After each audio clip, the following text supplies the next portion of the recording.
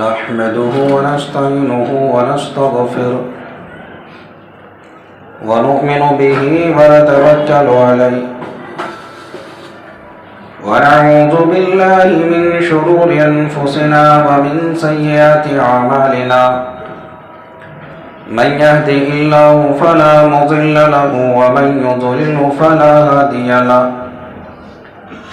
وأشهد أن لا إله إلا الله وحده لا شريك له وأشهد أن محمدا عبده ورسوله أما بعد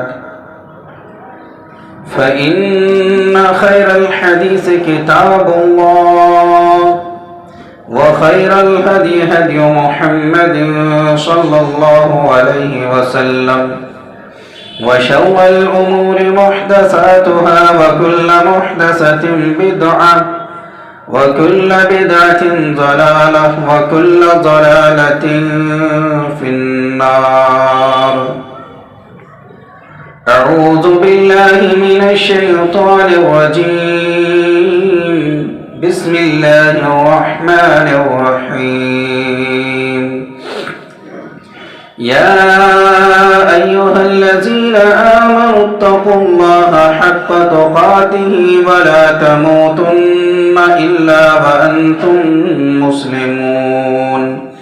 يا أيها الناس اتقوا ربكم الذي خلقكم من نفس واحدة وخلق منها زوجها وبث منهما رجالا كثيرا ونساء واتقوا الله الذي تساءلون به والأرحام إن الله كان عليكم رقيبا.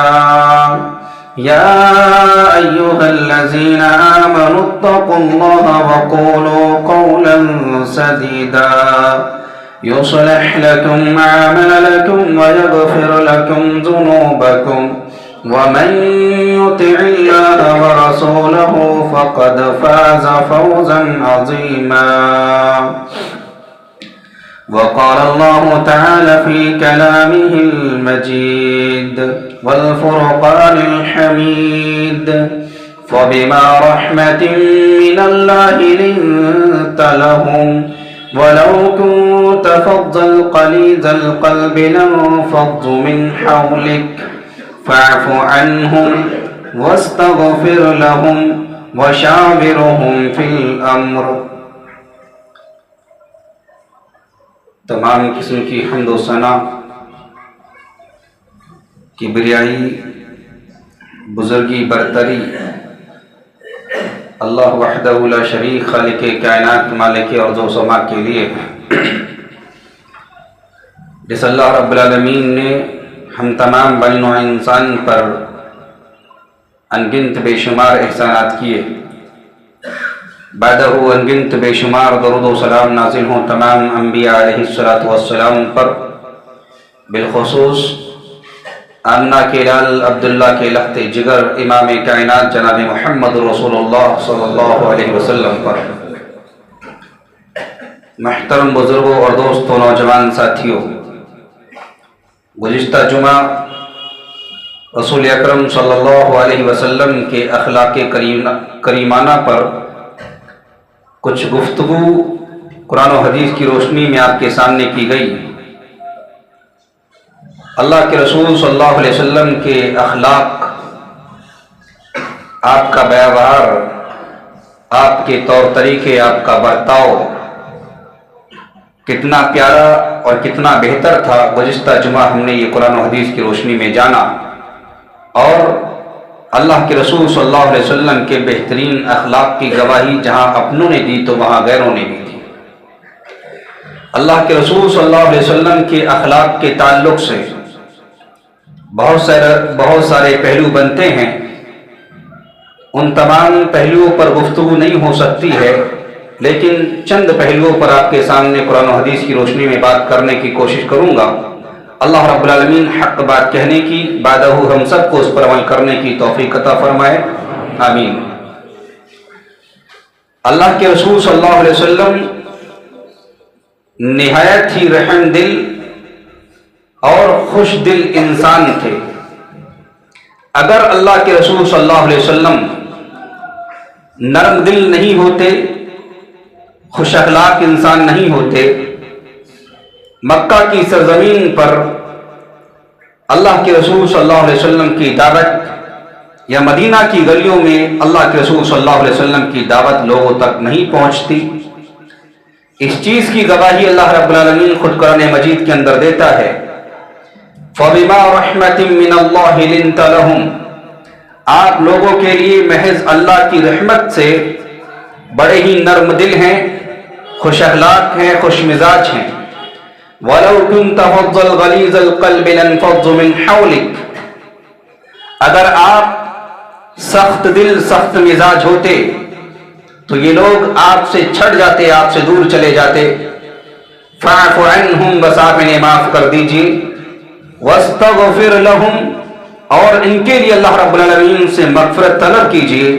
وَشَاوِرْهُمْ فِي الْأَمْرِ، معاملات میں رائے مشورے کے طور پر ان سے کیا ہے مشورہ لیتے رہیے۔ یہ چیز اللہ رب العالمین نے خود نبی اکرم صلی اللہ علیہ وسلم کو سکھلائی۔ قرآن کی آیت اس بات کا پیغام دیتی ہے کہ اللہ کے رسول صلی اللہ علیہ وسلم نہایت ہی نرم دل انسان تھے، آپ بڑے ہی خوش اخلاق انسان تھے۔ اگر اللہ کے رسول صلی اللہ علیہ وسلم خوش اخلاق انسان نہیں ہوتے، آپ کا دل نرم نہیں ہوتا، تو پھر جو لوگ آپ سے جڑنے والے تھے وہ آپ سے نہیں جڑتے۔ یہ قرآن کا پیغام ہے، قرآن کی آیت اس بات کا سندیش دیتی ہے۔ قرآن کی آیت کو مد نظر رکھتے ہوئے رسول کا کلمہ پڑھنے والے مسلمان ذرا اپنا اپنا جائزہ لیں کہ آج ہم اور آپ کتنے سخت دل ہیں اور کتنے نرم دل ہیں۔ ہم اپنے گھروں کے تعلق سے دیکھ لیں، ہم اپنے رشتہ داروں کے تعلق سے دیکھ لیں، اپنے ماتحت میں کام کرنے والے لوگوں کے تعلق سے دیکھ لیں، یا دنیا کے تمام مسلمانوں اور عام طور پر تمام انسانیت کے تعلق سے دیکھ لیں، ہمارے دلوں کے اندر کتنی نرمی ہے اور کتنی سختی ہے۔ ہر ایک انسان اپنے اپنے تعلق سے اچھے طریقے سے جانتا ہے، اسے اس کا علم ہے، وہ اس سے واقف ہے۔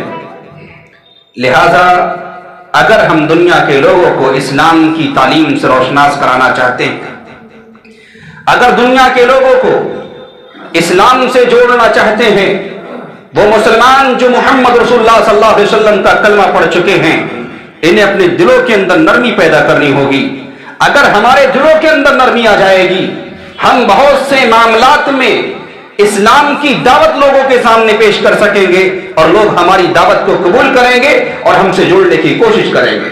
لیکن جہاں ہمارے دلوں کے اندر سختی آ جائے گی، ہم سخت دل ہو جائیں گے، غیر کی بات نہیں، ہم سے اپنے لوگ ہی دور چلے جائیں گے، اور یہ ہوتا ہے۔ ایسے حالات دیکھنے میں آتے ہیں، ایک مسلمان بیچارہ دنیا کی تمام تر چیزوں کو چھوڑ کر غیروں سے نکل کر کے وہ اسلام کے دامن میں آتا ہے، لیکن اسلام کی چہار دیواری کے اندر آنے کے بعد وہ مسلمانوں کے درمیان گھلتا ملتا ہے، مسلمانوں کی یہاں سے وہ پیار نہیں ملتا، وہ اخلاق نہیں ملتے، وہ چال چلن نہیں ملتا، وہ پھر پچھتاتا ہے، ہائے افسوس میں نے کیسی قوم کو کیا ہے فالو کیا ہے، میں کیسے دھرم کے اندر آ گیا ہوں۔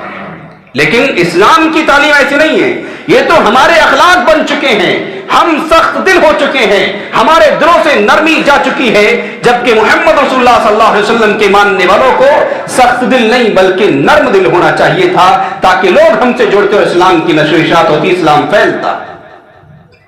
یہ چیز ہے، ہمیں اور آپ کو رسول اکرم صلی اللہ علیہ وسلم کے اخلاق سے ایک پہلو جو نظر آتا ہے وہ یہ ہے کہ ہمیں اور آپ کو نرم دل ہونا چاہیے، اس لیے کہ اللہ کے رسول صلی اللہ علیہ وسلم نہایت ہی نرم دل تھے۔ اس کے بعد دوسرا پہلو یہ ہے کہ اللہ کے رسول صلی اللہ علیہ وسلم بڑے ہی جود و سخا کے مالک تھے، آپ بڑے ہی سخی فیاض تھے، اللہ کے راستے میں اپنے مال کو خرچ کرنے والے تھے۔ اللہ کے رسول صلی اللہ علیہ وسلم کے تعلق سے آتا ہے کہ ایک عورت اللہ کے رسول صلی اللہ علیہ وسلم کے لیے ایک چادر لے کر کے آتی ہے، اللہ کے رسول صلی اللہ علیہ وسلم کو اس کی ضرورت، اللہ کے رسول صلی اللہ علیہ وسلم نے فوراً اس کو پہن لیا، لیکن ایک صحابی رسول صلی اللہ علیہ وسلم نے اللہ کے رسول صلی اللہ علیہ وسلم پر اس چادر کو دیکھا، سوال کر دیا، اللہ کے رسول صلی اللہ علیہ وسلم یہ چادر مجھے عطا کر دیجیے۔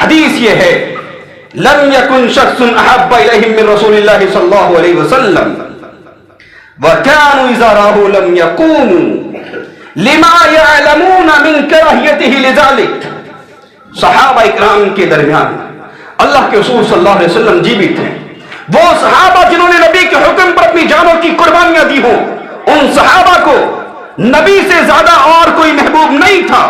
کوئی بھی شخصیت نبی سے زیادہ صحابہ کے بیچ میں مقام و مرتبے کی حامل نہیں تھی.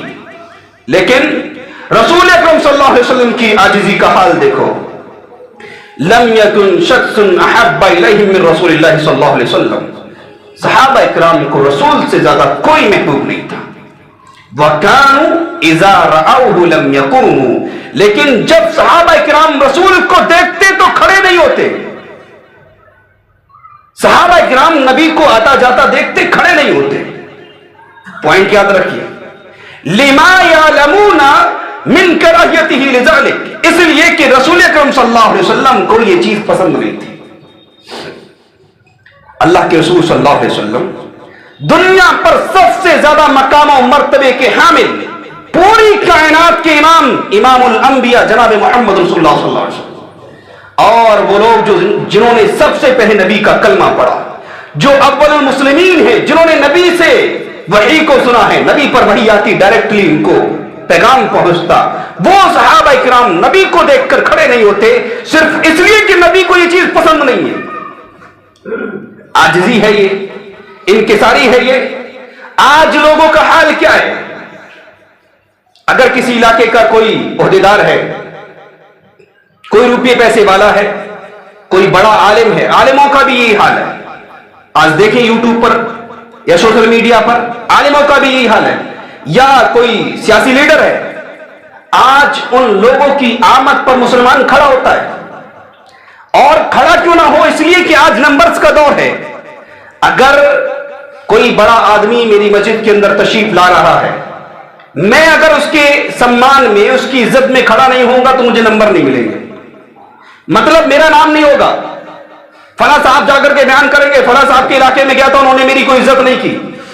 لیکن دو چار لوگ اور ہیں جو کھڑے ہو گئے، جنہوں نے ان کا جا کر کے ہاتھ چوما ہے، ہاتھ پکڑا ہے، وہ جا کر کے نمبر پا گئے. تو بھائی صاحب گئے لوٹ کر کے فلاں کے علاقے میں گیا تھا، میری عزت نہیں ہوئی. لیکن کچھ لوگ تھے جنہوں نے مجھے کیا ہے ہاتھوں ہاتھ لیا، میرا ہاتھ چوما ہے، مجھے دعا سلام کیا. تو نمبرز کا دور ہے، نمبر پائے.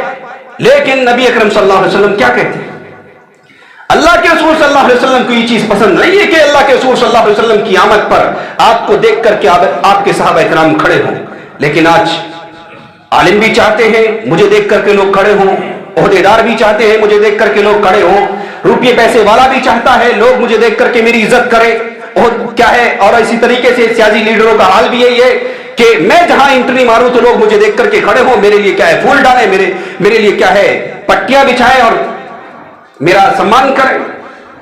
یہ عاجزی، یہ انکساری نبی اکرم صلی اللہ علیہ وسلم کی تھی کیا؟ جو آج ہم عاجزی انکساری کے نام پر قوم کا بیڑا غرق کر رہے. ہمارے یہاں غرور، گھمنڈ کوٹ کر کے بھرا ہوا ہے. لیکن نبی اکرم صلی اللہ علیہ وسلم کا حال کیا ہے؟ نہیں پسند ہے کہ صحابہ اکرام نبی کو دیکھ کر کے کھڑے ہوں.